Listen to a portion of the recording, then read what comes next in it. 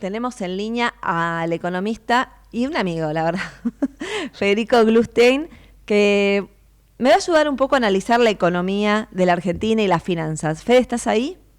¿Cómo estás, Pili? Un Bien, ¿y placer como vos? siempre. Todo Gracias, bien, por gracias por suerte. estar conmigo hoy, que me quedé sola porque Fernando hoy no pudo venir, así que nada, de paso me haces compañía. Un poco de compañía, Tal totalmente. cual. Bueno, Fede, nada, yo estaba analizando un poco el contexto económico y financiero y hablaba de el problema de las reservas, ¿no?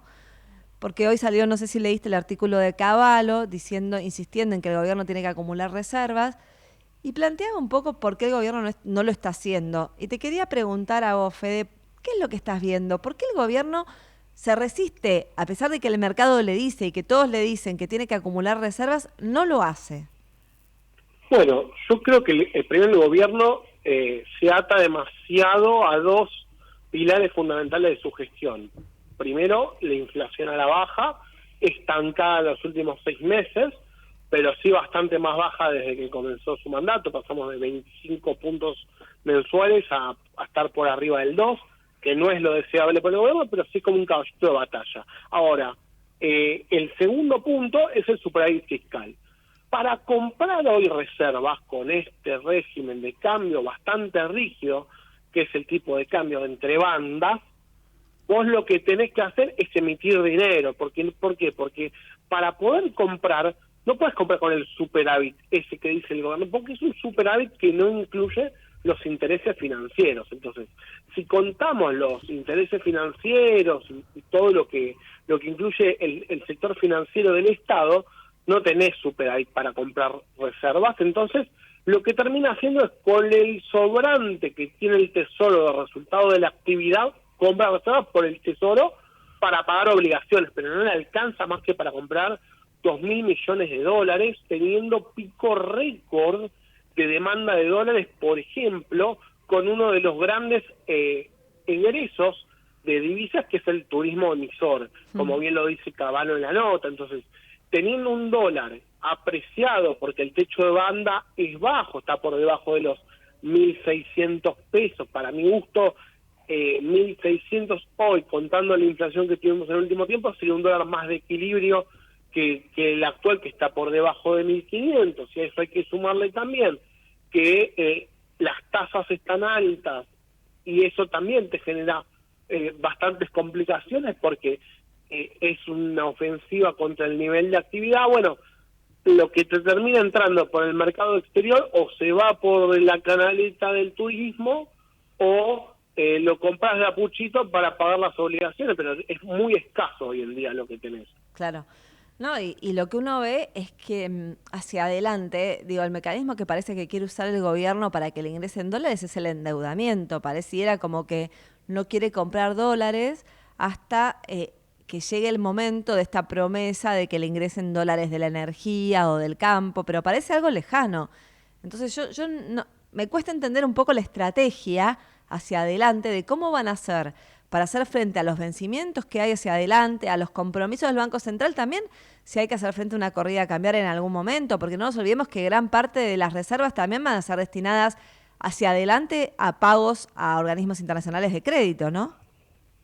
Bueno, a ver, nosotros si hablamos esto hace un mes y medio, hubiéramos dicho, bueno, hoy está el Tesoro norteamericano para evitar una corrida cambiaria y ser el prestamista de última instancia del Estado argentino, que le permita hacer frente a las obligaciones diarias. Como eso no sucede, porque hoy vimos que Bessent está pendiendo un hilo, bueno, me empieza a preocupar por una eventual corrida cambiaria o un eventual exceso de demanda. En estas compras del Tesoro escasas está parte de satisfacer la demanda.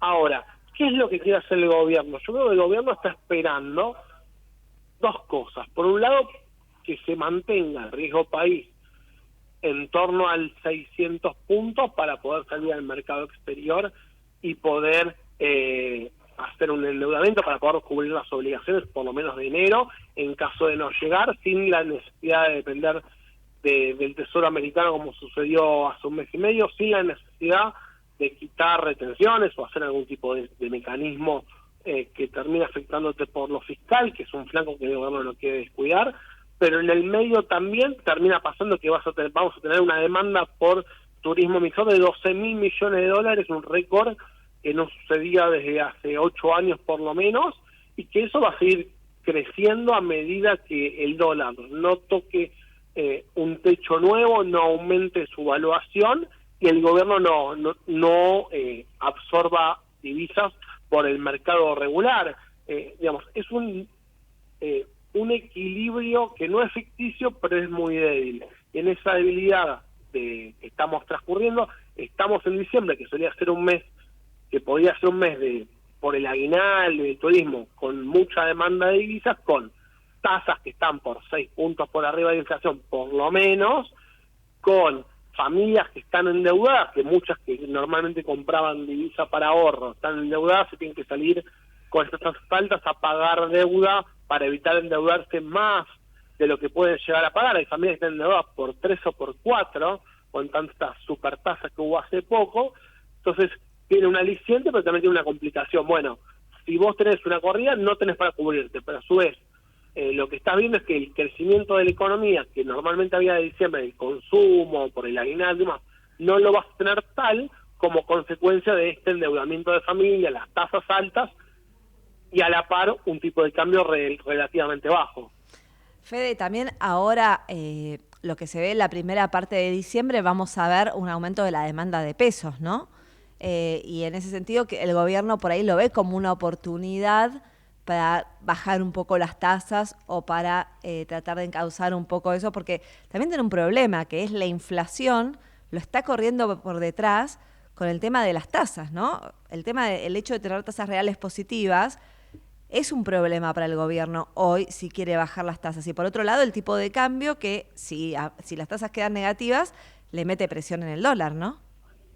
Sin lugar a duda, a ver, hoy el problema de las tasas altas es que el gobierno prolongó los plazos de vencimiento, pero cuando terminan condensando los vencimientos, el paquete que tiene para renovar es mucho más alto que la inflación. Claro. El gobierno había renovado con unas tasas del, pongámosle, 48%, y la inflación corre por el 31%. Cuando tenés que salir a renovar, obviamente no vas a renovar hasta el 48%, pero terminas renovando el 38%, a un TIREA más 7, digamos, un pago que no se genera en casi ninguna parte del mundo con bonos soberanos.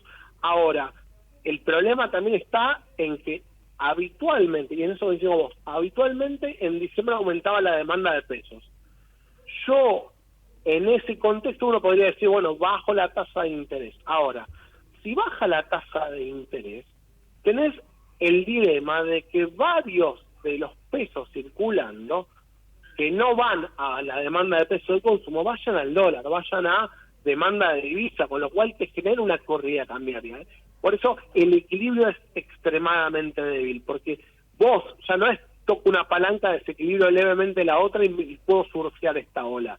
Hoy, si bajás las tasas en línea con la inflación, que es una inflación, recordemos que está creciente también, porque tuvimos 1,5, ahora está 2,3, o sea, está levemente creciente, corres el riesgo de que el mercado entienda que no es lo suficientemente apetitosa la tasa y termine yendo hacia el tipo de cambio que en 2 o 3 días tenés una corrida del 4 o 5% en dólares y una bicicleta corta pero efectiva. Claro. Entonces, hay un dilema del gobierno que yo creo que, volviendo a lo que hablábamos al principio de la nota de Cavallo, augura, es, bueno, alentás el gasto en el exterior, abrís la importación de bienes de consumo, pero es un tipo de cambio que no es el tipo de cambio que vos desearías tener, porque el tipo de cambio que vos desearías tener tendría que estar un poquito más arriba, y a su vez también tenés ciertas restricciones, pero en todo este combo, la única forma que vos tenés de bajar las tasas reales de interés en pesos, en cierta forma es logrando que el riesgo país baje, pero si vos saben que no estás acumulando dólares para poder pagar los vencimientos de enero, ¿cómo lo cubrís? Bueno, endeudándote de una forma riesgosa en el exterior, por lo tanto termina subiendo el riesgo país. Y es una ola bastante compleja. Claro, y otra cosa que se ve hacia adelante es que el mercado para el año que viene está previendo una apreciación del tipo de cambio en torno al 2% mensual, ¿no? Esto por lo que dice el mercado de futuros, ¿no? Se ve eso. Entonces, ¿Cómo sería el esquema cambiario hacia el año que viene? ¿dos por Bueno, ciento todo dice. mensual sería realmente un sinceramiento lógico? Bueno, yo quiero ver primero qué es lo que va a suceder efectivamente, más que con el mercado de futuro cambiario, a ver cuánto de pronóstico tuvo el mercado de futuro de granos. Claro. Que, en base a cuánto es el ingreso de granos y de energía, podríamos saber cuánto se va a apreciar también el mercado de cambios. Yo creo que 2% mensual me parece demasiado, no creo que un programa económico sin ajuste aguante ese 2% mensual y sin un fuerte endeudamiento. Entonces, yo creo que si se llegara a apreciar, creo que no va a ser tal. Yo creo que van a tratar de mantener este esquema de bandas con las bandas actualizadas lo más que puedan. Eso quiere decir que no necesariamente se va a apreciar, sino que probablemente si se aprecia es más por un movimiento de mercado. Lo veo más en torno a entre un 5 y un 7% anual. Un 2% anual me da un 25% de atraso, lo cual sería una locura para el plan económico que hay. Terminaría siendo explosivo y generando un ajuste en el 2027 que sería contrario a las ambiciones electorales que tiene el gobierno. Y vemos una inflación que hoy, para noviembre, un informe de Libertad y Progreso decía que podía estar en torno al 2,3%. Pero hay otras consultoras que la dan un poquito por arriba. ¿Vos qué expectativa tenés y cómo crees que esto repercuta en diciembre también, ¿no? Porque diciembre suele ser un mes inflacionario para la Argentina, ¿o no? Primero, sí, claro. Suele ser, como es el mes de mayor demanda por las fiestas, las vacaciones y demás, y el aguinaldo, por supuesto, que te permite a muchas familias hacer ese consumo, va a ser el mes de más alta inflación, eso no tengo la menor duda.